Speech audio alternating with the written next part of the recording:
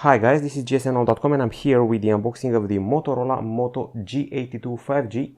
It's a mid-range smartphone with a pretty large battery and an AMOLED screen which has a 120Hz refresh rate. It runs on a clean Android 12 and it's got a 50 megapixel main camera with, believe it or not, optical image stabilization. All of those for a price tag of 329 euros, which is not half bad. And this is quite a large phone at 6.6 inches in diagonal. It debuted well this month, so it's still pretty fresh, and it's got an interesting looking back side. Let's fire it up and see what it's all about. It's an unboxing, so I'm also going to show you what's inside the box. First of all, just like many other Moto G handsets, it's very light and quite comfy to use with a single hand. The device weighs 173 grams and measures only 8 millimeters in thickness.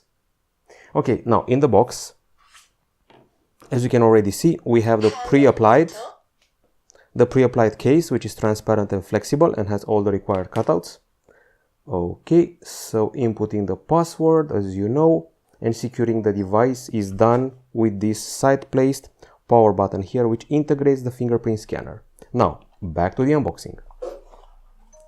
Here we have the first accessories, which include this manual, security and juridic info, and this key which grants you access to the nano SIM and micro SD card slots. In the box we can find a cable going from USB-C to the USB-A connector, which you can see right here, and finally the charger, which is a 33 watt unit with an USB-A connector, and that's that. So charger goes here, cable goes here, and we put the rest back in.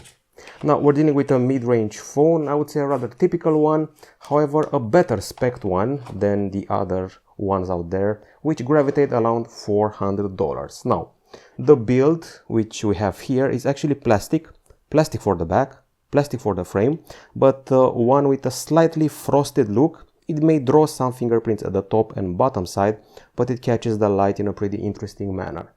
The grip is quite okay, I would say. It also helps that we have a pretty flat frame, and the footprint is pretty small considering the rather large diagonal that we have here.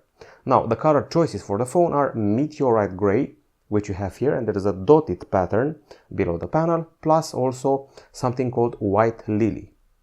Okay, so the screen I'm playing with at this moment is an AMOLED 6.6 inch Full HD Plus and with a 120Hz refresh rate. You don't have to believe me, you can go to the settings and play with the refresh rate yourselves. It's set to auto by default. You can set it to 60 or 120 Hz. Now inside the phone we find an older friend of ours. We've seen it before in action. The Qualcomm Snapdragon, it's maybe signaled here as the 480. It's actually the Snapdragon 695. That's the actual version we're getting. Let's actually confirm this with the CPU-Z app. Even though, as I said before, some of these apps will not properly recognize the CPU. Once again, Qualcomm Snapdragon 695 5G. It's a 6 nanometer CPU octa-core with an Adreno 619 GPU, and the processor was also present on the Oppo Reno 7 Lite and the Realme 9 Pro. Now, getting back to the AIDA app, it may not show the CPU accurately, but the RAM, well, it sure does. So 6 gigs of RAM and 128 gigabytes of storage, plus micro SD, which is always good news. Now on the battery front, in spite of having a pretty light and slim phone, we still get a rather large battery, 5000 mAh with 30 watt charging, even though we have a 33 watt charger. There's also an audio jack here at the bottom side, a microphone, a USB-C port, and this is one of the two speakers. Yes, we have one stereo setup on this mid-range handset. On the connectivity side of things, the processor already gave you half the story. It's a 5G CPU, so we'll get 5G connectivity here. There's Wi-Fi dual band, there's Bluetooth 5.1, GPS, GLONASS, Galileo, and BDS, and we should also have NFC, but let's actually check it. Okay, this is it. NFC is available as well, and the port at the bottom is an USB-C 2.0, just in case you're wondering. For the sake of security, we are relying on the side-placed fingerprint scanner here, which I'm actually using right now. This is the wrong finger for it, but this is the right finger for it, and the unlock was quite fast. Now I'm going to resort to a lightly colored background to show you the punch hole cut in the screen here for the selfie camera. It's a rather typical 16 megapixel shooter with f2.2 aperture and Full HD video capture, while at the back side, well, things get interesting. This oval module I've seen on multiple Motorola Edge handsets. It's their current trend right now, and the cameras protrude a little bit. The selling point is written here: 50 megapixel optical image stabilization for the main sensor, also f1.8 aperture and face detection autofocus. Then we have the 8 megapixel ultra wide camera with 118-degree capture, and then a 2 megapixel macro shooter plus the LED flash here. Sadly, we are only limited to Full HD video capture on this device, but let's see some of the other options which the camera provides.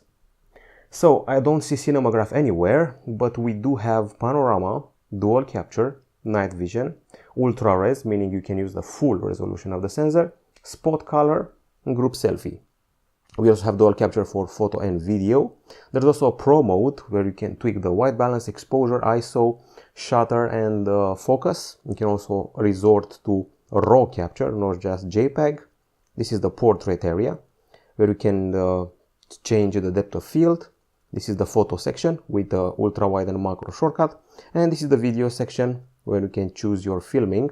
You can shoot in Full HD 30 or 60 frames apparently, so that's nice to see. And there are some other options here, including stabilization, which can be set to on or off. Then we have the slow motion, and I would say that's about it. Now, when it comes to the software, this is, as you can probably tell already, clean Android 12. And you can tell that from the quick settings we have here, which are basically identical to the ones on a Google Pixel phone. Motorola's only contribution to the software experience is this Moto MyUX app, where you can customize your interface using this personalized area. You got here layout, fonts, colors, icon shapes, sounds, display size, font size, and more.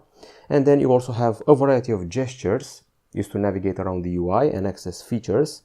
And we even have features for the audio files, smart audio, music, movie, game, and podcast, plus tweaks which you can apply here from a bunch of presets. And also gamers will get their own settings in this dedicated department. I would say that's about it. The first contact with the Motorola Moto G82 5G. To me, it feels like a sort of media phone meets a rather solid mid-range affair on account of the 50 megapixel optical image stabilization. I have great expectations from the AMOLED screen, huge expectations from the main camera, and perhaps even a decent battery life, or more than decent, from the 5000 mAh shooter.